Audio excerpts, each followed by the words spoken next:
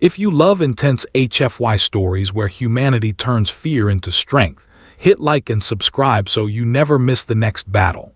Your support helps this channel bring you more powerful sci-fi stories full of emotion, strategy, and unforgettable human moments. Concord Station looked peaceful from the outside, which Adrian Cross always found suspicious.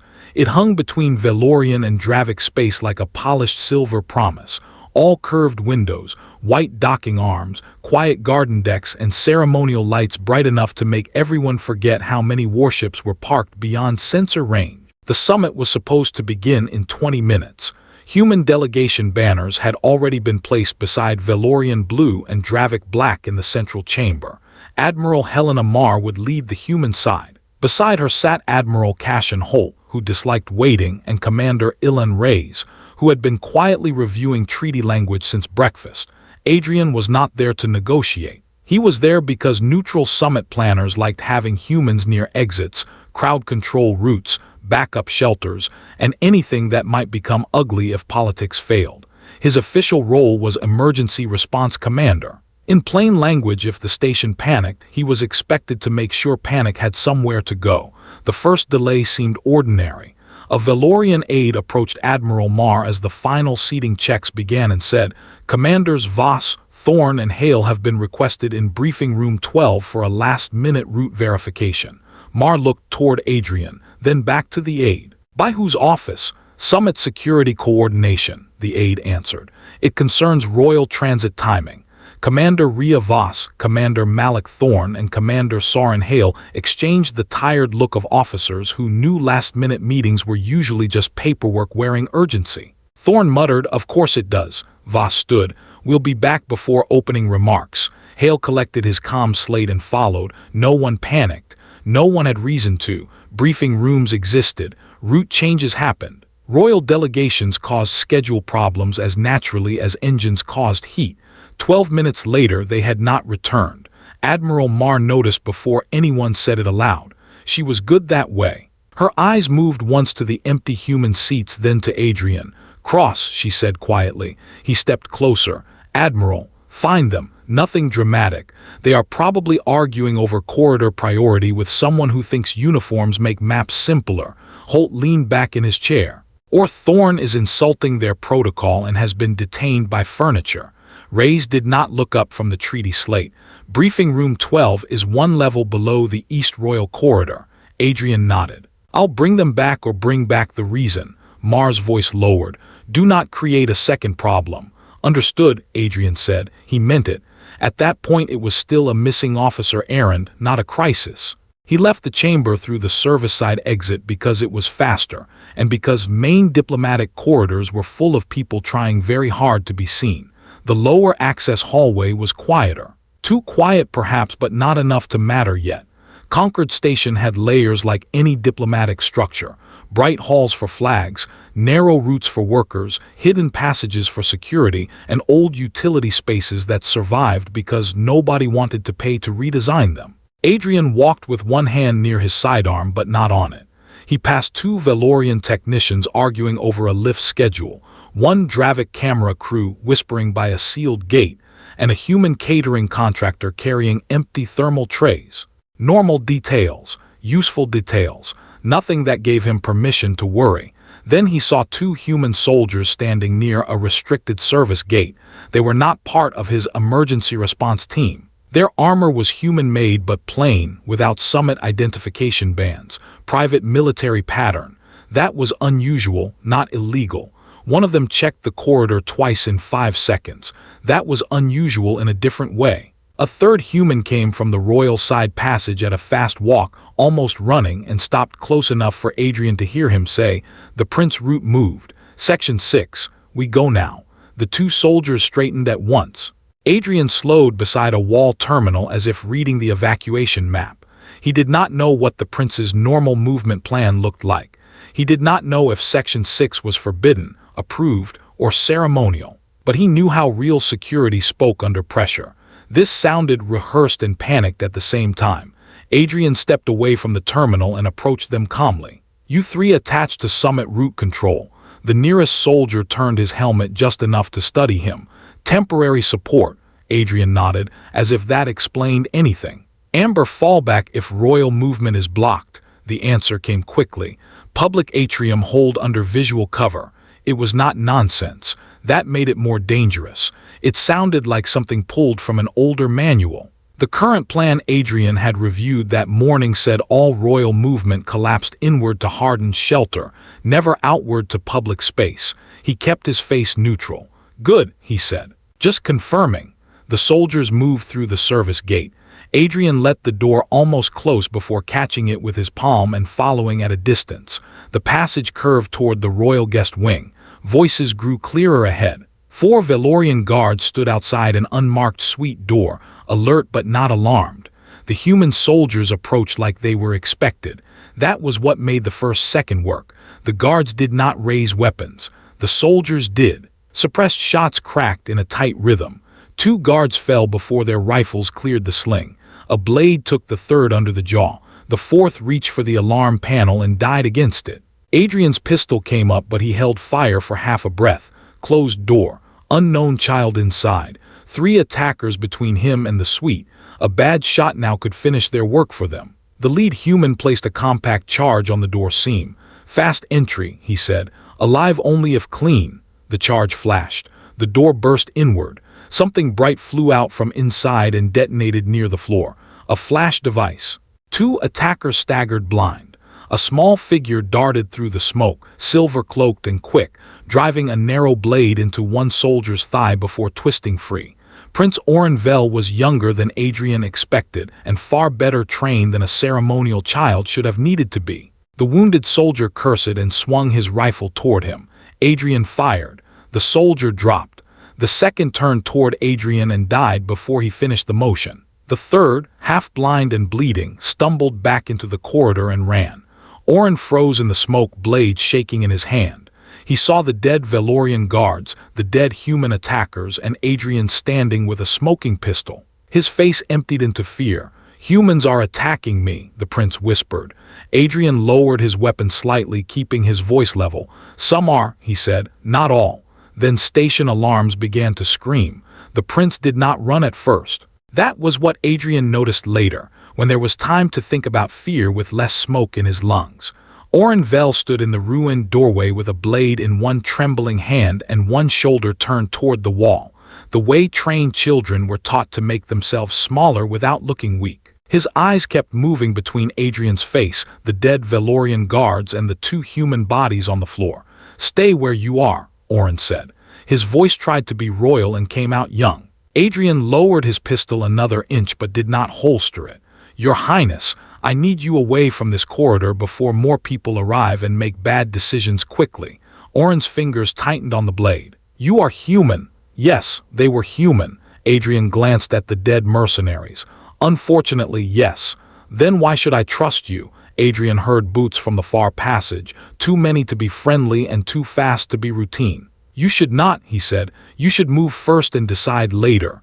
That was the wrong answer, or maybe the only honest one. Oren stepped back, eyes flashing with fresh panic. No, Adrian took one careful step forward. I am not taking you anywhere public.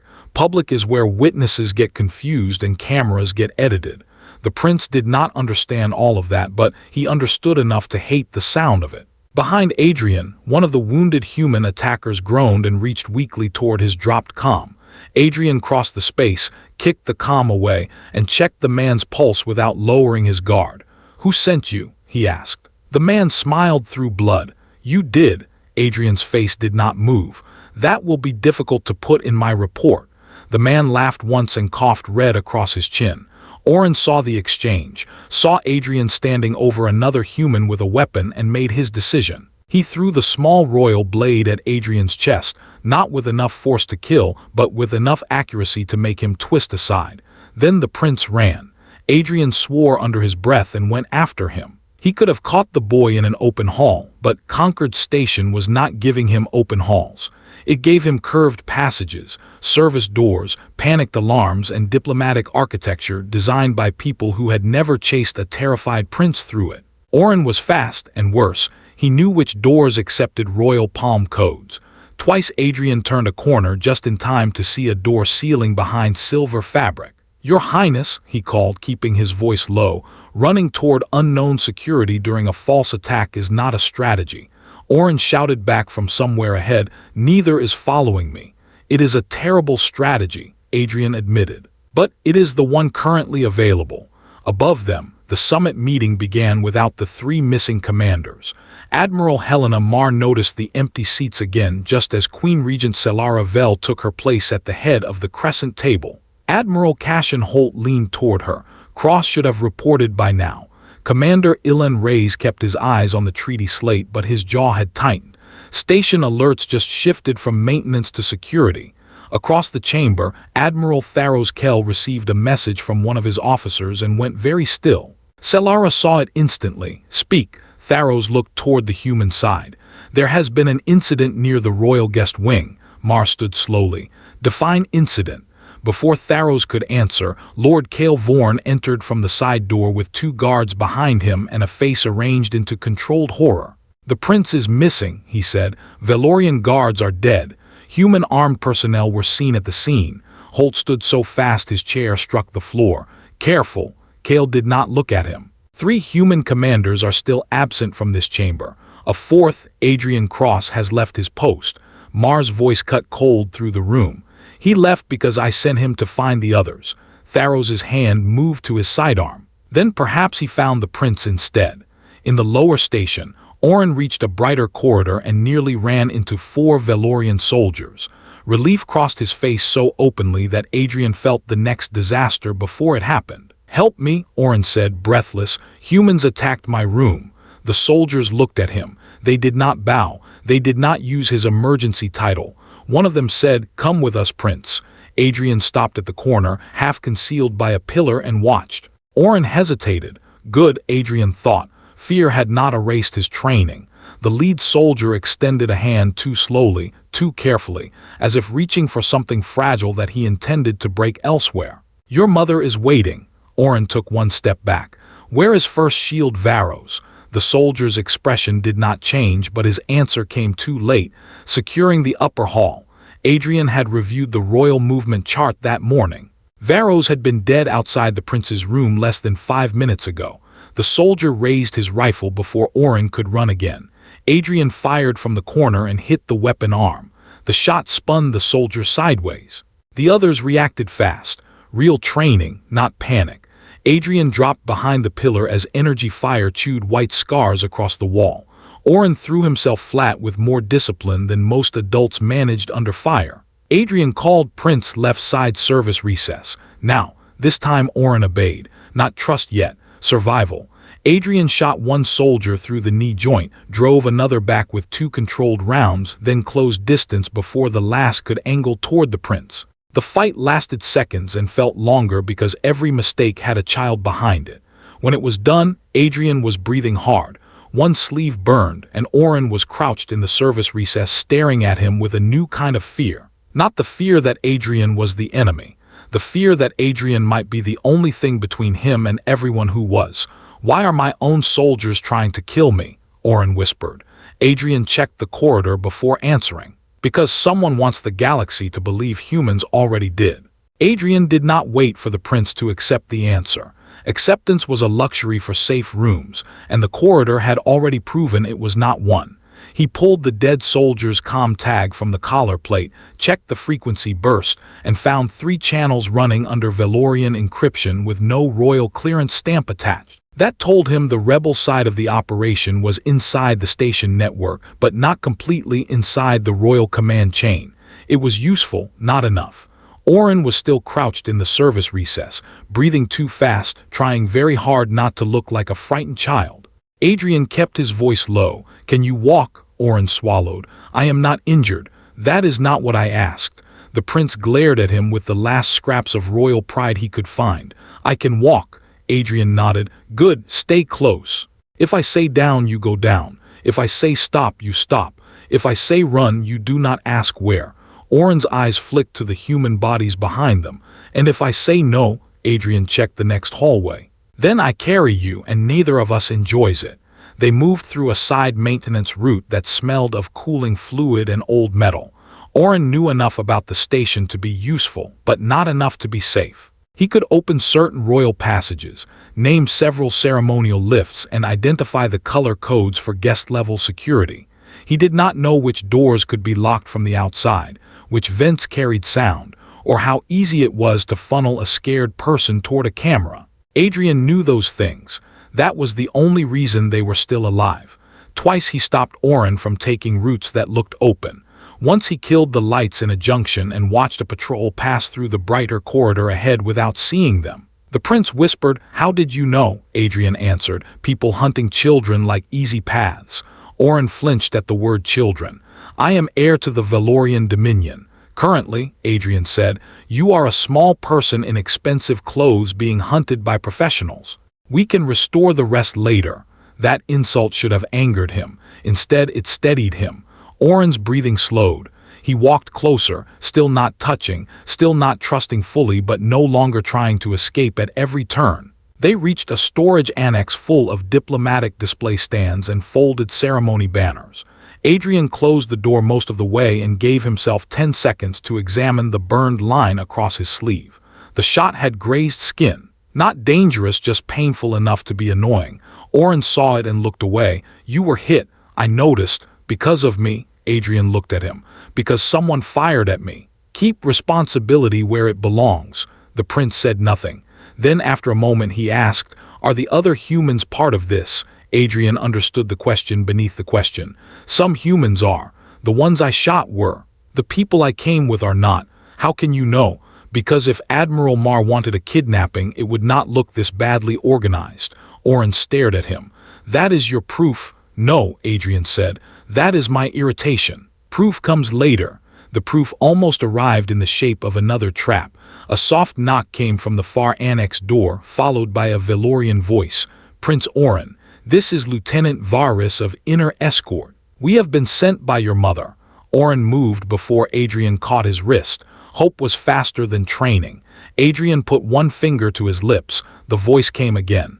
"Your Highness, we know the human commander forced you through this sector. We can protect you." Oren whispered, "Varys served my mother." Adrian whispered back, "Did he use your emergency title?" The prince froze. The voice outside continued, softer now. "Open the door. We do not have much time." Adrian shifted toward the side wall. "Ask him something." Oren's throat moved. Then he called out, "What is the mourning name of my house?" Silence answered for half a second too long. Then the voice said, "Oren, this is not the time." The prince's face changed. Not into fear this time, into hurt. "He would know," he whispered. Adrian drew his pistol. "Then that is not Varys." The door burst inward before the last word finished. 3 figures entered in Valorian armor, and 2 more held the corridor behind them. Not human mercenaries this time. Local rebels. The first raised a stun net toward Oren. Adrian fired through the net emitter and shattered it. The second came in low with a curved blade. Oren moved on instinct, not away, but sideways, just enough to draw the attacker's line off Adrian. Good training, dangerous bravery. Adrian caught the blade arm, drove the soldier into a display stand, and fired once into the armor seam. Another rebel slammed into him from behind. They hit the floor hard. Adrian's pistol skidded away. The prince stood 5 steps from it. For 1 second he froze. Then he kicked it back toward Adrian instead of picking it up. Smart. Adrian grabbed it and rolled, firing upward as the rebel tried to bring a rifle down on him. The corridor team opened fire through the broken doorway. Adrian dragged Oren behind a fallen display case as bright shots cut across the annex. Wood, metal, and ceremonial glass burst around them. "You said stay close," Oren said, voice shaking. "This is close." Adrian pressed his shoulder against the case. "Good listening. You are bleeding. Also good observation." One rebel pushed through the smoke. Oren reached into his sleeve and threw a second flash bead. This one was smaller, weaker, but enough. Light cracked white. Adrian stood into it, blind on one side and shot by memory at center mass. The rebel fell. The last 2 retreated, not beaten, just unwilling to die in a room that had stopped being simple. Adrian did not chase them. He locked the annex door with a broken display rod and sagged against the case. The prince stared at him differently now, still afraid, but the shape of it had changed. "You could have left me," Oren said. Adrian reloaded with hands that were not as steady as he wanted. "Yes, why didn't you?" Adrian looked toward the blocked door, where the rebels were already regrouping somewhere beyond the smoke. Because scared people run badly, he said. Someone has to keep up. The annex door did not hold for long, and Adrian knew it would not.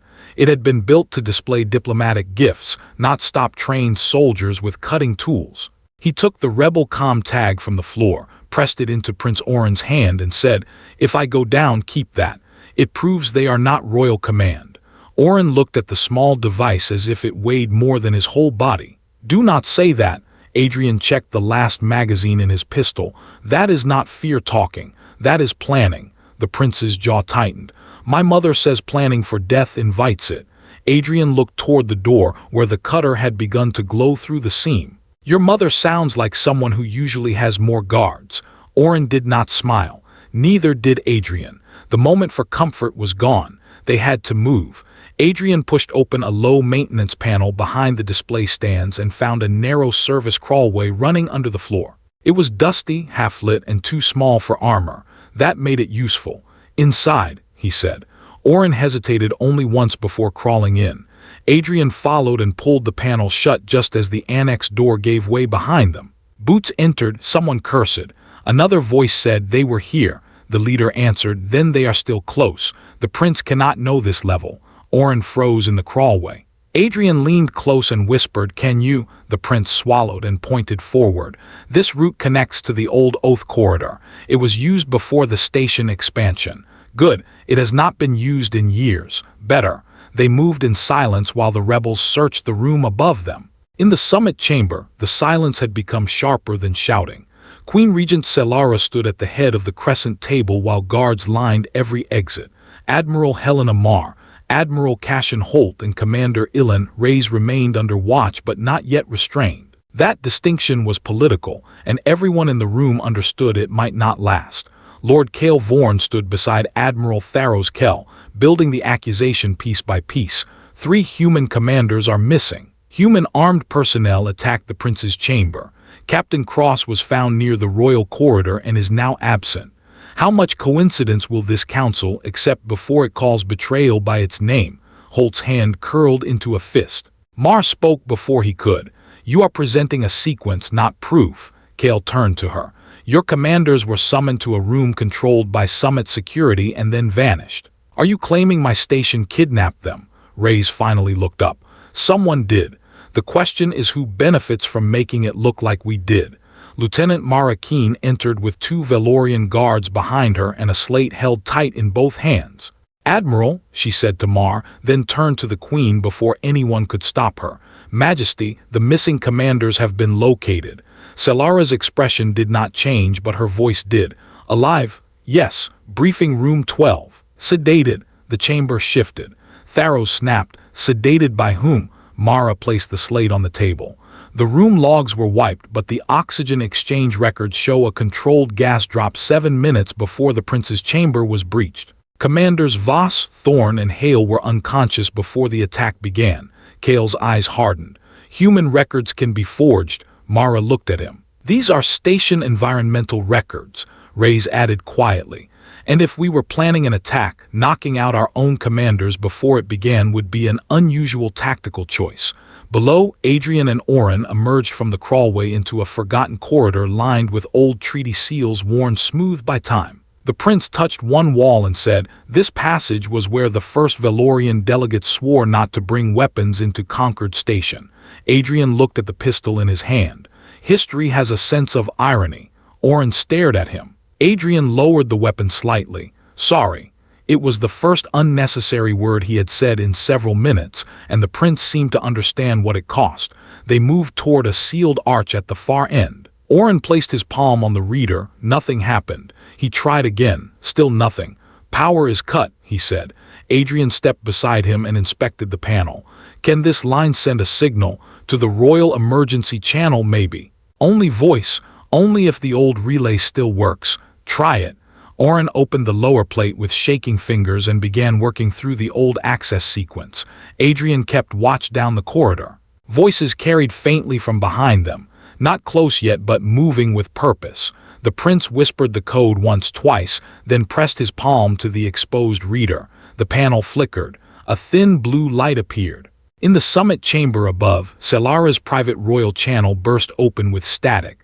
Every guard lifted a weapon. Through the broken sound came Oren's voice, small but clear enough to stop the room. "Mother," Selara stepped toward the table.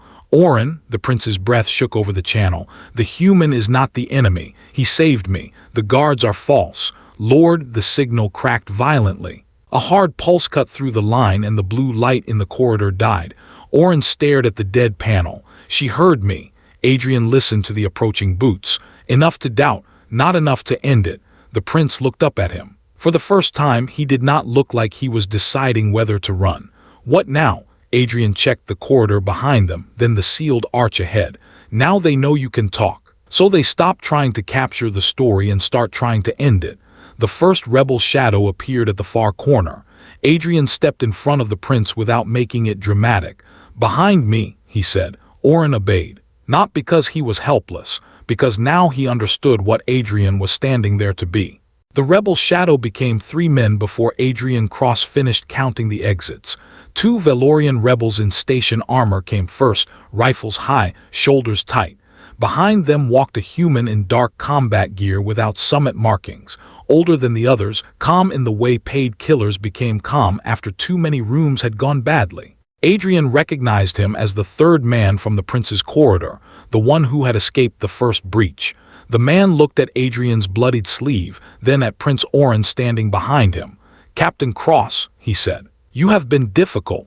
Adrian kept his pistol low but ready. "I get that in performance reviews." The mercenary's mouth barely moved. "Step away from the prince." "No, you are already blamed. You are already dead in every useful version of this story." Adrian nodded once. "Then I suppose there is no reason to cooperate."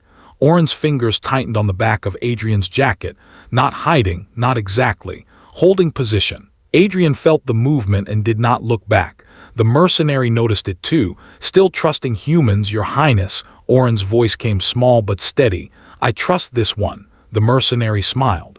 "That will be corrected." The 2 Valorian rebels spread apart, trying to create angles.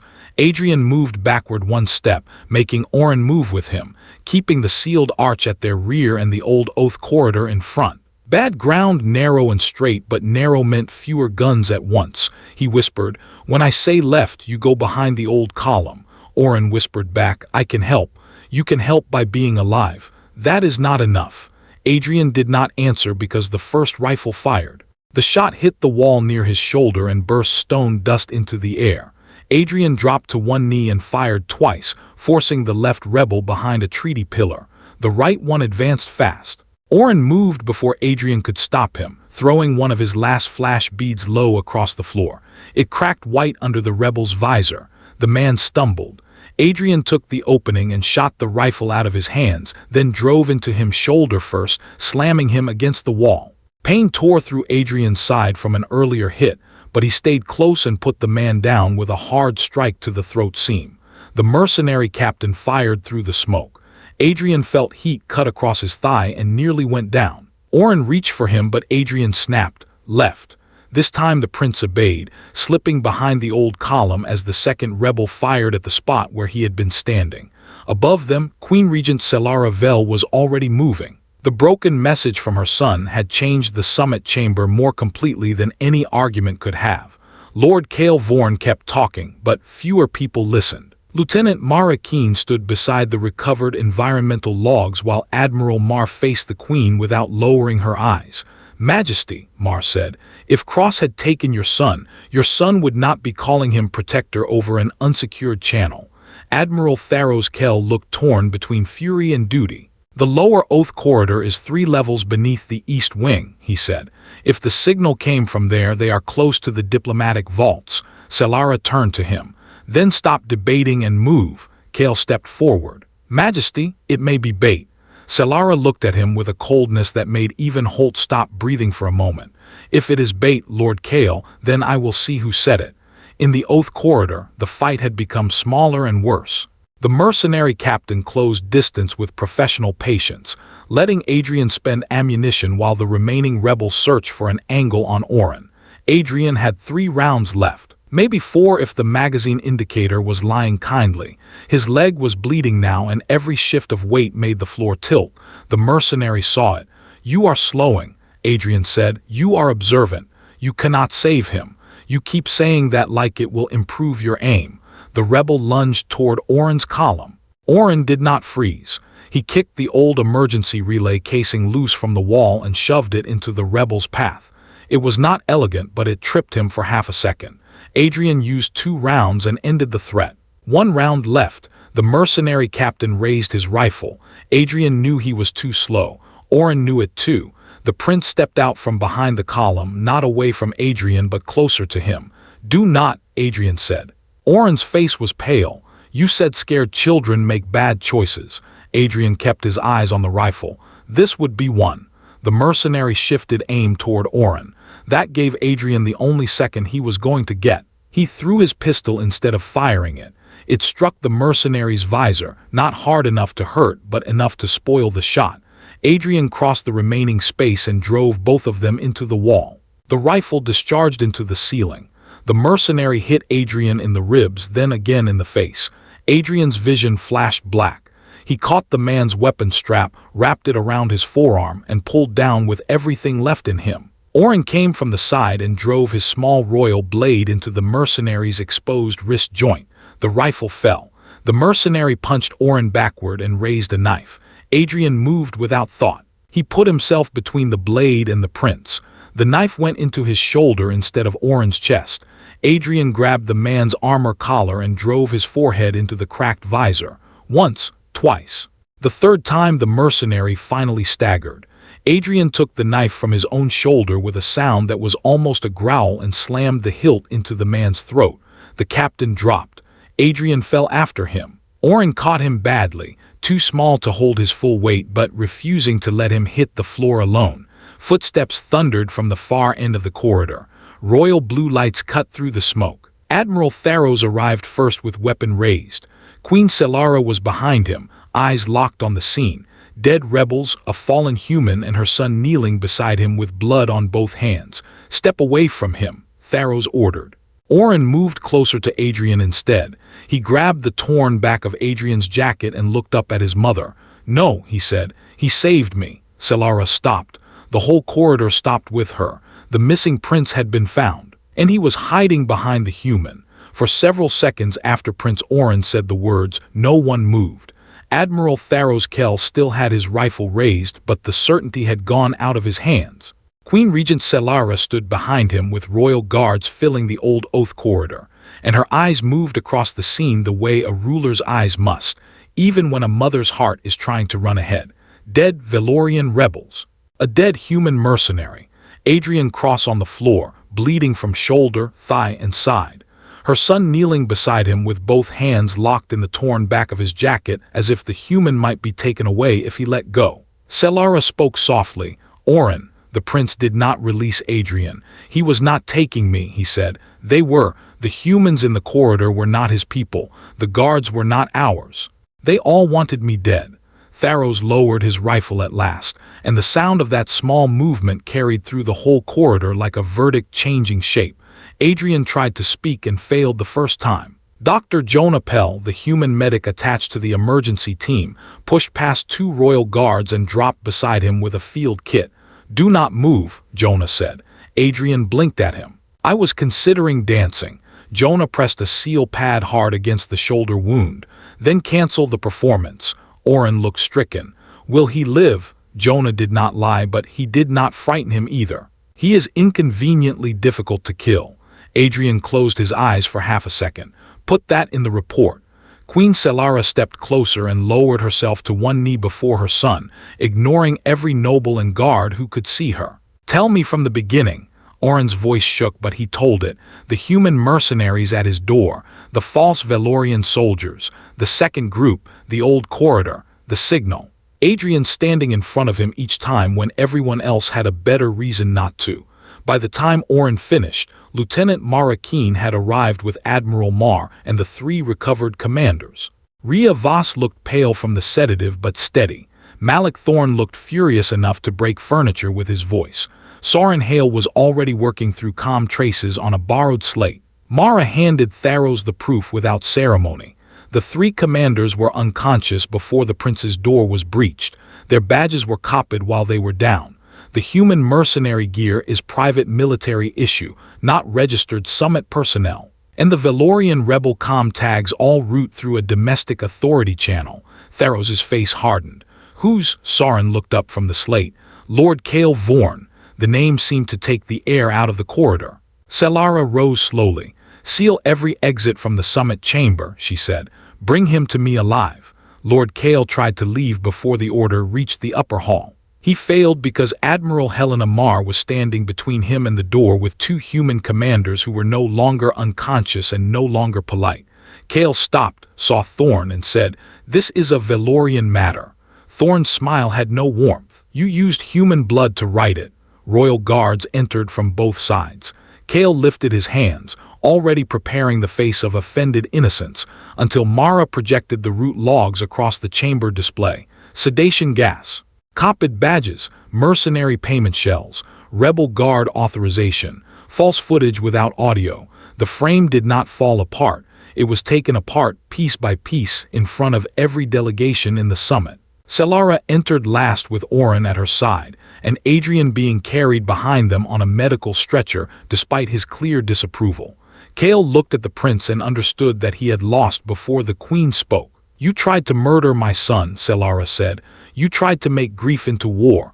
Kael said nothing useful. The guards took him away. The summit did not resume that night. It could not. Too much blood had been spilled beneath its polished floors. But it also did not collapse. That mattered more.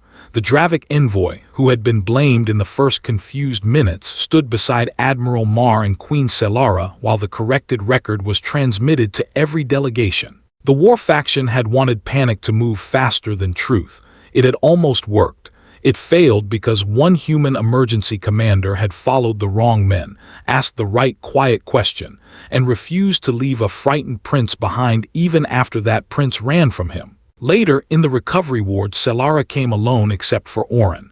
Adrian was awake, pale, and annoyed by the number of tubes attached to him. The queen stood beside the bed and said, "I owe you more than apology." Adrian looked at Oren, then back at her. "Apology is enough. Better corridor planning would also be appreciated." Oren sat carefully in the chair beside the bed. "I did not hide behind you," he said. Adrian turned his head slightly. "No. You conducted a royal rear position survival maneuver." For the first time since the attack, Oren smiled. Selara watched that smile like it was something returned from very far away. "Why did you keep protecting him?" she asked. "When he did not trust you." Adrian was quiet for a moment. "Because scared children run from the wrong people," he said. "Adults are supposed to keep up." The word stayed in the room after he finished. Outside, the ward Concord station began repairing itself.